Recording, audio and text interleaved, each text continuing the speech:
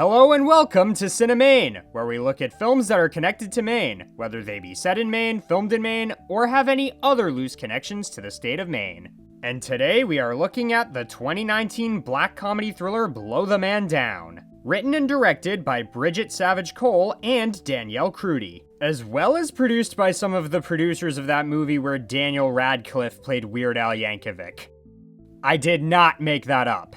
The film is an independent production that was screened at different film festivals in 2019, before being acquired by Amazon and debuting on their streaming service during the spring of 2020. The basic premise involves a college-aged girl named Mary Beth Connolly reuniting with her older sister Priscilla upon coming back to her hometown for their mother's funeral. After the two of them argue, Mary Beth heads out to a bar and drinks with a stranger played by that guy who got killed in season 1 of Andor. He tries to take her home with him that night, but let's just say that, without giving anything away, things take a drastically dark turn, ultimately leading to Mary Beth and her sister Priscilla harboring a dark secret together. In the midst of their efforts to stop the secret from getting out, they end up discovering that what appeared to be a quaint, innocent small town actually has some dark secrets of its own that weirdly intertwine with what they're experiencing.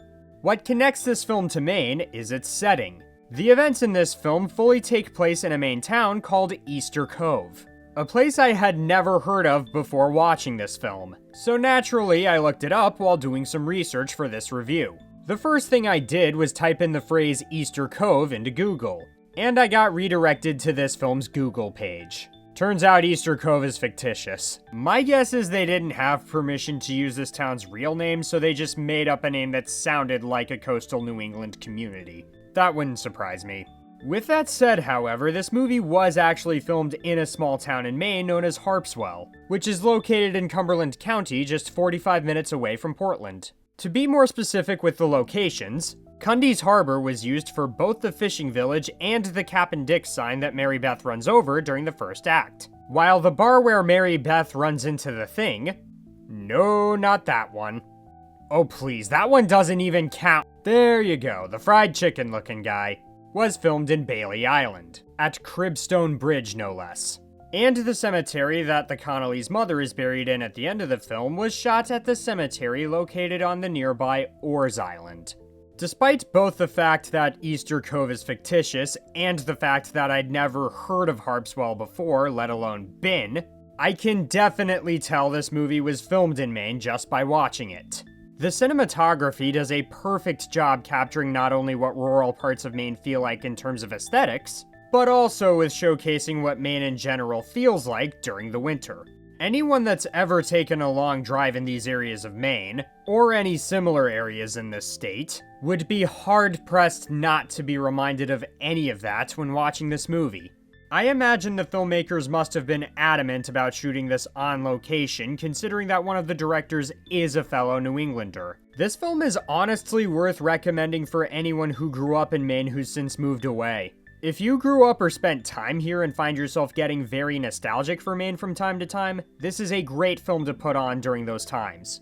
Now, before I give my thoughts on this movie, I should probably note that I'm gonna try and avoid spoilers as much as I can this time around. I know with other films I've reviewed before, I've had a tendency to get spoilery at times, but those were all films that have been out for quite a while. Whereas this film isn't even a decade old yet.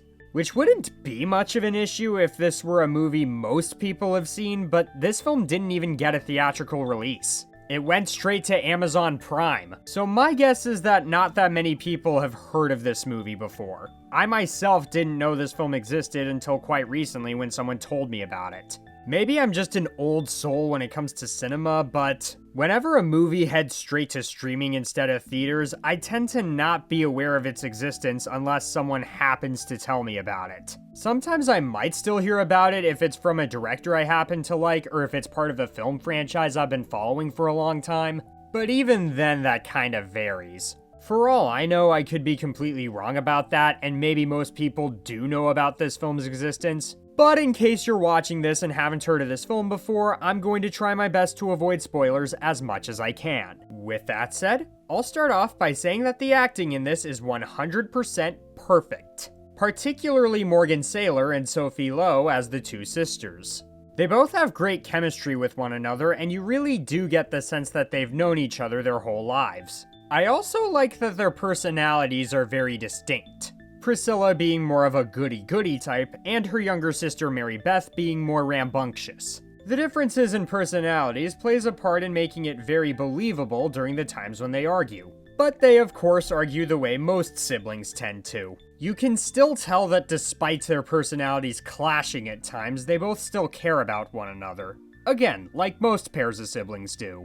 Margot Martindale is also really good as Enid's Devlin, who sort of winds up turning out to be the ringleader in Easter Cove's deepest, darkest secret. I know I'm being kind of vague with how I describe it, but I'm trying not to give too much away for those who haven't seen this movie. The most I can say is that she manages, well, how did Bubbles put it again? Our ladies of the evening. Yeah, friends of the road.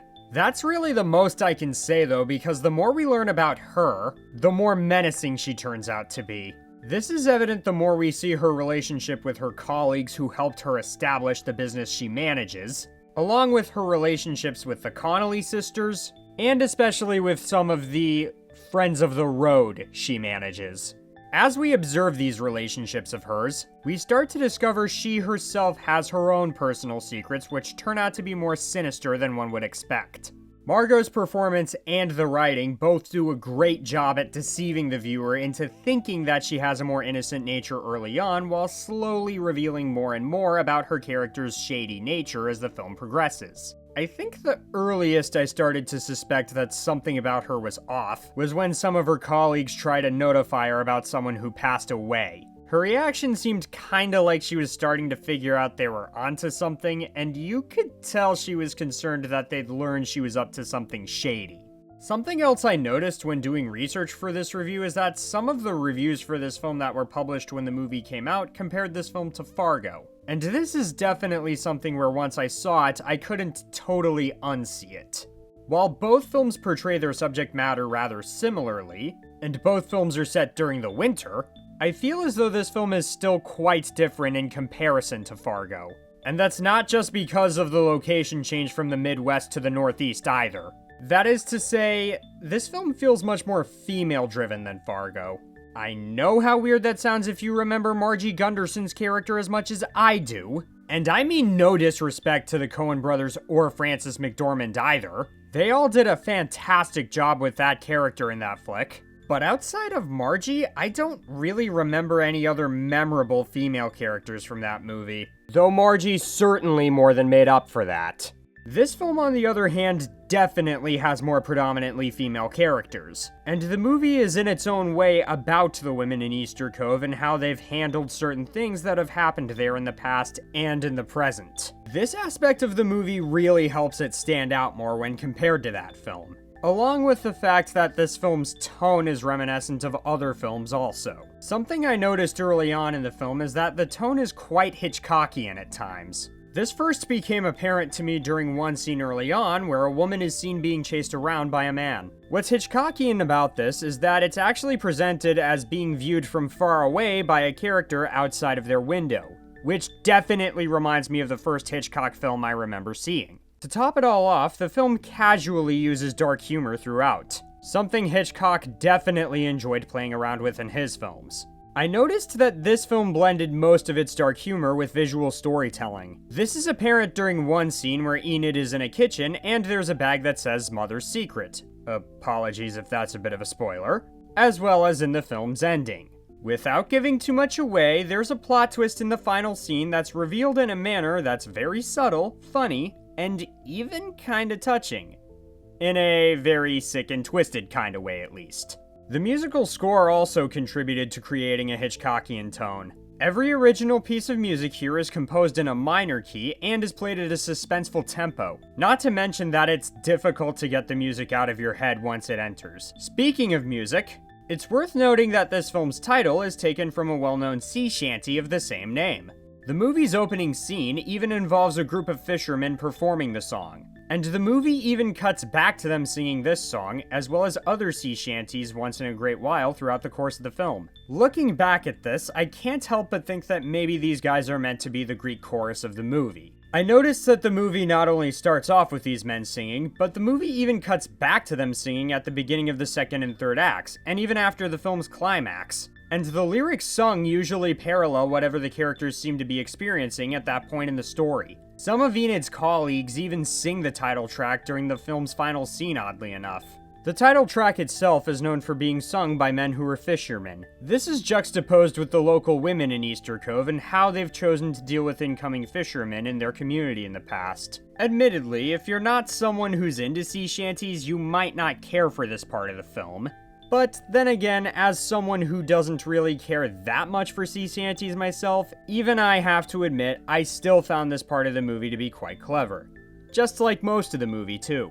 I will admit, if you're not into movies that admittedly deal with subject matter that can be a bit touchy or intense at times, or aren't really into films that have a much darker, more deadpan sense of humor, then there's a chance that you probably won't get into this all that much. Though I will say this film handles its subject matter much better than a certain other movie I've reviewed in the past. And if you're someone who doesn't mind those things and loves a good Hitchcockian-style suspense thriller, or hell, even if you're someone who used to live in Maine but doesn't anymore and gets nostalgic for Maine from time to time, then you might just find this film to be the catch of the day.